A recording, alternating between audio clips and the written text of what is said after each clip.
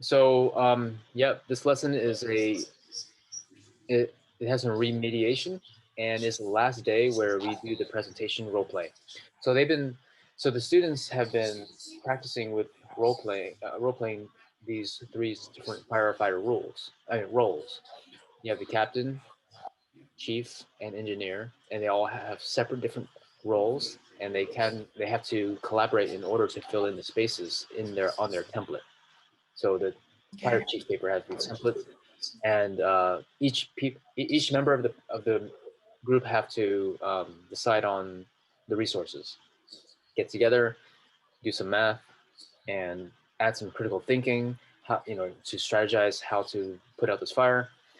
And what I really like about this is that somewhere along the way, like in this whole 8-day lesson, that they went from this un unrealistic idea of like, okay, how many firefighters you want out there on the ground? And they said, I want 1 million, I want 3,000 million, or something like that. And then later on, when they started to really critical think about actual strategies, that's what these three templates push, is to strategize together. They start to critically think, and then they change their mind about how many of their resources they want, fire trucks, or before he says, I want 100 magicians out there. I'm like, okay, 100 magicians, we'll make room for that. And then later on they go, I don't want any magicians, just 5 firefighters. We need 1 truck here, like that. That's strategizing and critical thinking. That was strong. So starting from the very beginning, we have like a mini lesson about greeting and rules. So it's about setting down the procedure and classroom norms and just reinforcing it. And in lifetime, you'll see like students who actually chant back, I say quietly, oh, there's trash on the floor. I have to go pick that up and throw in the trash can. And I go, oh, stop right there. What do we do when you want to get out of the chair? Right there, caught on camera. So we were able to see how students react to like the actual lesson. Okay, then we move on to like the warm-ups. We actually use clickers. We're opening up this time.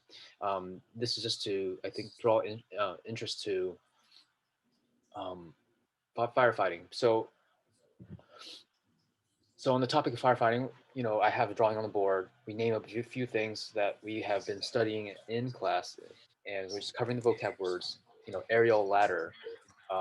There's kids who call everything out. They've learned these words over the 8 days, and then they draw it. So the best drawing uh, gets their board on the board, their little board on the big board, and it gets to participate in our lesson. Whenever I need to reference something, I'll just pull up the little board. They've invested a lot into it, and they cheer when they have the winning board. So using clickers, we're able to just find out who the first place winner is. And so we had to actually do the clicker run 4 times, up to 4 times. We do a lot of that in the 8 days. Okay, so then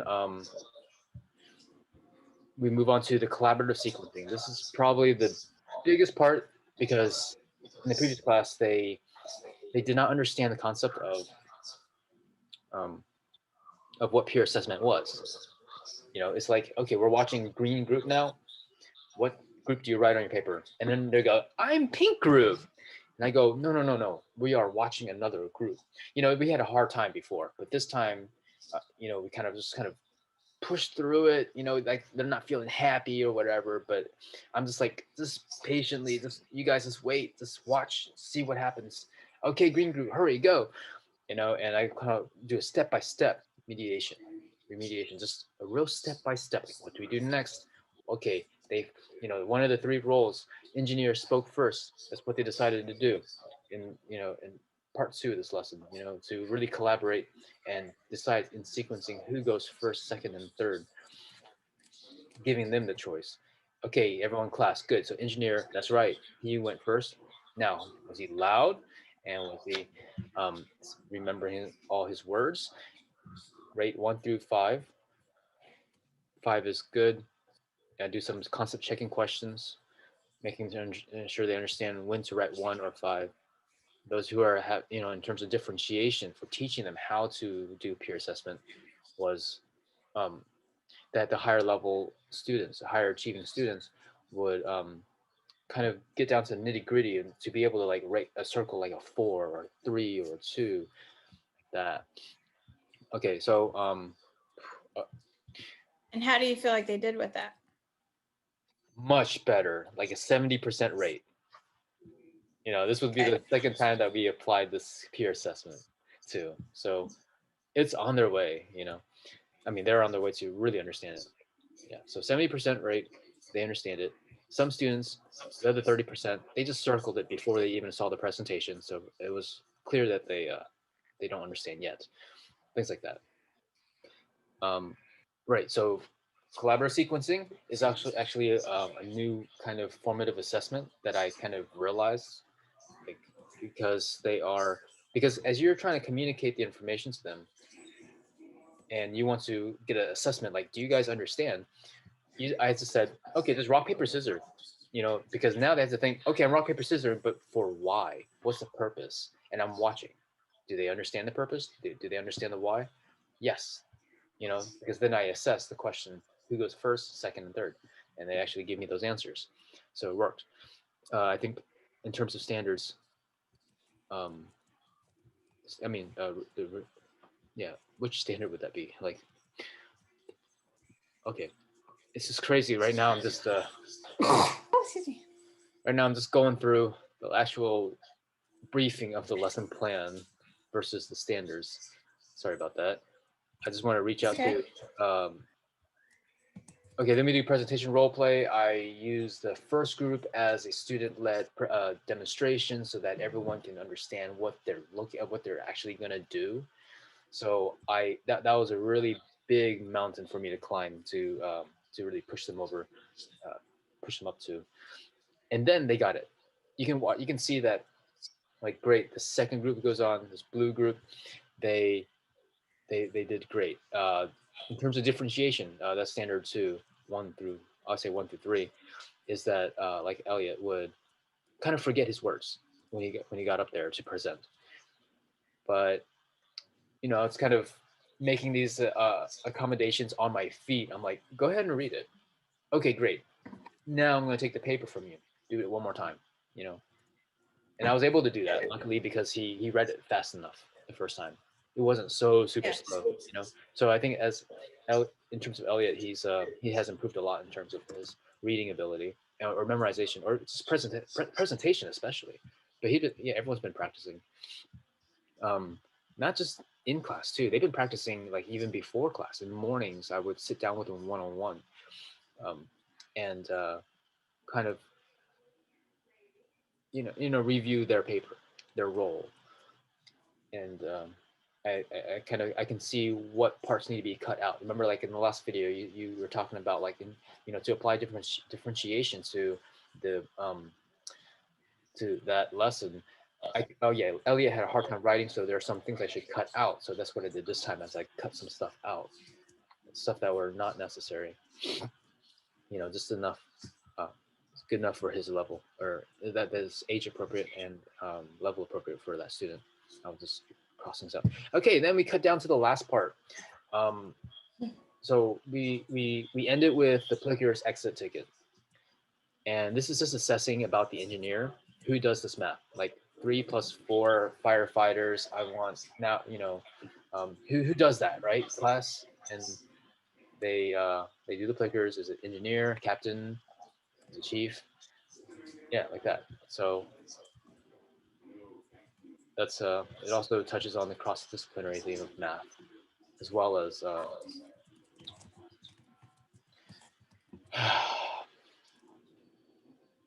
this familiarity of the goals.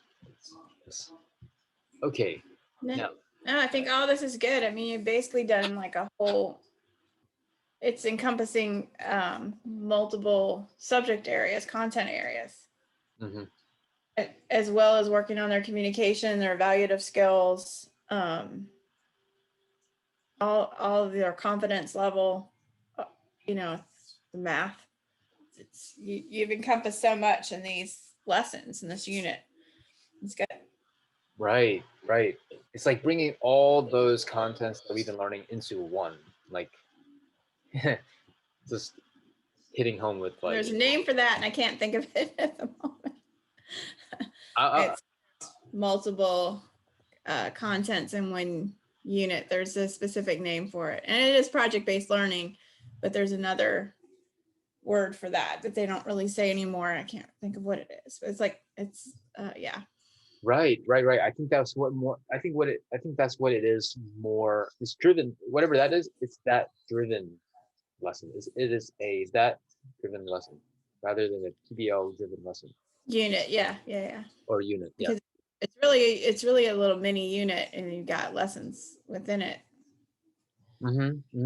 Because I did lay out like what we did each day for the 8 days, and it's just a bunch of little units, and then we put it all together, and I guess I would say it's a PBL because they are preparing to present. Okay, so we talked about a bunch of things. I'm looking through the reflection and like standard one, meeting student needs. Yeah. I think so. I think this unit, the mini unit with the lessons, I think you hit everything. You're looking at different needs. You were accommodating on the spot when students were struggling, and that's Vernon. That is a demonstration of a experienced teacher, because a lot of teachers with 3 or 4 years under their belts still have difficulty knowing what to do in that situation, or even recognizing that that's what needs to happen. Like that comes with practice and skill that's developed over time, and that's usually in a 3rd or 4th year teacher that you're seeing that being demonstrated, like you have with this particular PBL. So be proud of yourself for that, because a Wow. lot of teachers like see that, but they don't know what to do with it. They don't know how to like, well, they were struggling, but they don't know how, so then they have to go get the resources. But it comes with experience over time, where you so like, okay, I think I know what I need to do. Let them use their cards like you did, and then say it, and then try again. So you're giving them that opportunity to fail and then succeed. You're giving them what they need. Right. I like that. I like that. Yeah. It's huge. it's about videoing it and targeting the repeating weak points about it, and just really hammering that home. You know, like It's knowing your students. Knowing the students much more, like in terms of how their habits of, their patterns of growth and development, and how they obtain information, and to make the information more attainable for them, connecting it to, yeah, right. It's especially for kindergarten, I really learned like it's a really step-by-step process, like more step-by-step process, and it's going to take a little bit of more time. And okay, great, that's the pace I should go. Then I shouldn't go too fast, or expect that you might have to reteach something. No problem. There's going to be and a lot of times you are under a time crunch, because you've got your pacing. You have to fit in so many things before a milestone test, or it's all driven by testing, unfortunately. So sometimes you don't have that kind of time, but you can kind of make up for it. You'll find with your experience, as you get more experience, that I might not be able to stop at that particular time, but you make a note of it, or you make a note here, and you grab it that next opportunity. So yeah. Exactly. Grab that next opportunity, either in class, out class, next, anytime you're able to. Exactly. Using, I'm looking at standard 7 and 8, planning for instruction, and number 8 is using evidence-based instructional strategies. So by knowing the students, then you have some evidence-based instruction, like where they're coming from, like what works, things that I've seen online, that I've tested out. I know what works with the kids, and it's evidence-based.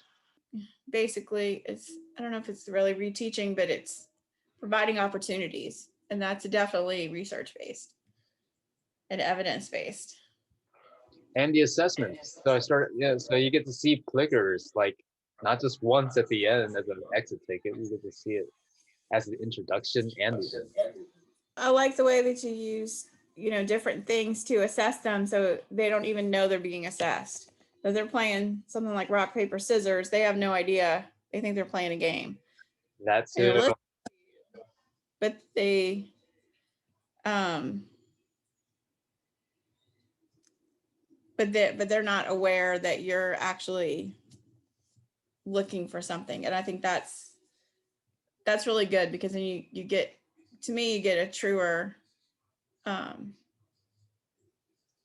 assessment of the student when they're not aware that you're assessing them. Yes, I love that. Yep, that is definitely analyzing data to meet learning objectives and student learning needs. For Yeah.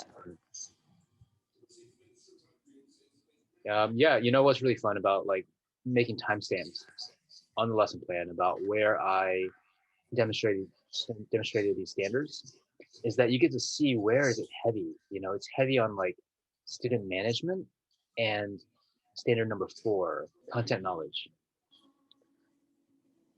And then I realized that ESL is like the whole class of differentiation in terms of standard 4, correcting misconceptions. So, while tackling demonstrating the other standards. I think it went well. I do. I don't really see a whole lot of areas. I mean, you've still got a couple that are, because they're in kindergarten, but you're addressing all that. So, no, I think you're hitting it really well. The big things, if I were to give you my big things that I really am inspired about, is the way that you brought in evaluative thinking with kindergartners, because they had to, like you said, they started off with I want 100 magicians, because they'll just do their magic trick and they'll put out any kind of fire or whatever. So I just send them all over this, whatever they're going to say. But then they showed their understanding, which is your lower level of blooms, is that knowledge base. So they got the knowledge, okay, well, this is what these are all their roles. And then they took it one step further, but then they you brought them to the evaluation stage where they had to evaluate to decide how many, they were going to have. And that's huge. And then the second thing that I would say were one of my top threes for this is the communication thing, for students to be able to get comfortable with communicating their ideas, and you being able to give them the time to do that. That's huge. And then the third thing is being able to think on your feet. That's huge. I mean, that's down the line. A lot of teachers just and they don't get it in the first 1 year, and they may go on to be like amazing teachers, but the first 2 years it's just like, well, this is the way I planned it and this is the way it's supposed to do, and if that student struggles, I don't know what to do.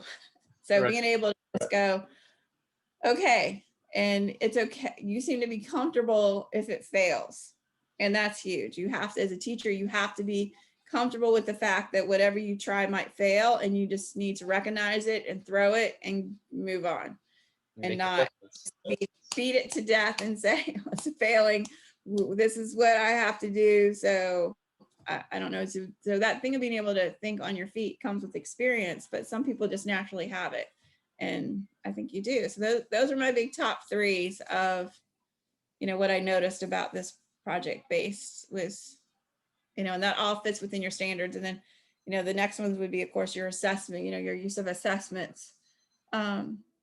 Just, and that again was something that's ongoing. You're not stopping and assessing them. It's fluid within your lesson.